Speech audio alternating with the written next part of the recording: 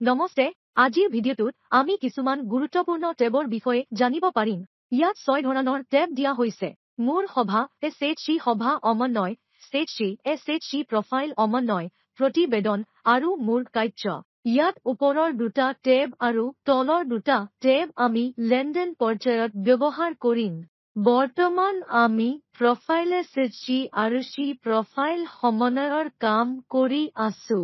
SHC profile চিনক্ৰনাইজেশ্যন টা click কৰি ফ্ল' টা ক্লিক কৰা যাওক। ইয়াত আপুনি দুটা বুটাম দেখিব। যদি আপুনি ফ্ল' টা ক্লিক কৰে তেন্তে ই আপোনাক আপোনাৰ ষ্টেটাছ দেখুৱাব। আপোনাৰ SHC সমূহ সম্পূৰ্ণ হওক, আপডেট হওক বা আপলোডৰ বাবে বাকী আছে। ইয়াত দেখা পোৱা প্ৰথমটো SHC আপলোডৰ বাবে বাকী আছে। এই SHC আপলোডৰ বাবে বাকী আছে। ইয়াৰ ডাটা এন্ট্ৰি কৰা হৈছে যদিও আপলোড এতিয়াও হোৱা নাই। ইয়াতে SHC আপ টু ডেট দেখুওৱা হৈছে। SHC ৰ ওপৰত মতলব সম্পূৰ্ণ কাম কৰা হৈছে। প্ৰফাইল সম্পূৰ্ণ হৈছে আৰু ইয়াক BPM আইডিৰ দ্বাৰাও অনুমোদিত কৰা হৈছে। ইয়াত আপলোড কৰিবলৈ অসম্পূৰ্ণ তথ্য। এই SHC ৰ ওপৰত এতিয়ালৈকে কোনো কাম কৰা হোৱা নাই। তথ্য সম্পূৰ্ণ হোৱা নাই। সেইবাবে ই এই ষ্টেটাছ দেখুৱাইছে। এতিয়া ডাউনলোড টেবলৈ যাওঁ।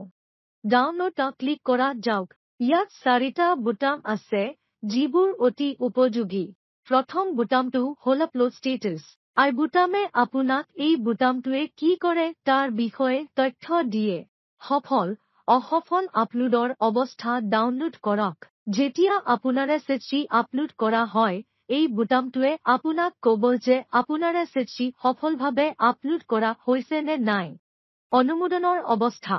অনুমোদনৰ অৱস্থাই আপোনাৰ SHC ৰ লক খোল খাব। যেতিয়া BPM এ আপোনাৰ SHC অনুমোদন কৰে, তেতিয়া আপুনি approval status complete data download কৰিব লাগিব। ইয়াত এই বুটামৰ পৰা ডাটা ডাউনলোড কৰা হয়, কিন্তু এতিয়া আপোনাৰ SHC ডাটা বা সদস্যসকলে স্বয়ংক্ৰিয় সিংক কৰা হ'ব। আপুনি আপোনাৰ আইডিৰ সৈতে লগ ইন কৰাৰ লগে লগে আপোনাৰ ডাটা স্বয়ংক্ৰিয়ভাৱে ডাউনলোড হৈ থাকিব। ইয়াৰ পিছত আহে মাষ্টাৰ ডাটা। মাষ্টাৰ ডাটা বুটামে আপোনাৰ সকলো ড্ৰপডাউন আৰু লেবেল ডাউনলোড কৰিব। মাষ্টাৰ, বেংক, ব্ৰাঞ্চ, জুপি, আপোনাৰ ডাটা যিয়েই নহওক কিয়, আপোনাৰ ড্ৰপডাউন যিয়েই নহওক কিয়।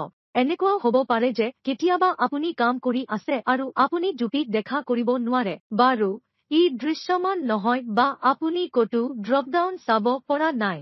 তাৰ পিছত আপুনি মাষ্টাৰ ডাটাত ক্লিক কৰাৰ লগে লগে আপোনাৰ ডাটা আপোনাৰ ওচৰত দেখা দিবলৈ আৰম্ভ কৰিব আৰু বা আপুনি আপোনাৰ ড্ৰপডাউন চাবলৈ আৰম্ভ কৰিব। ধন্যবাদ।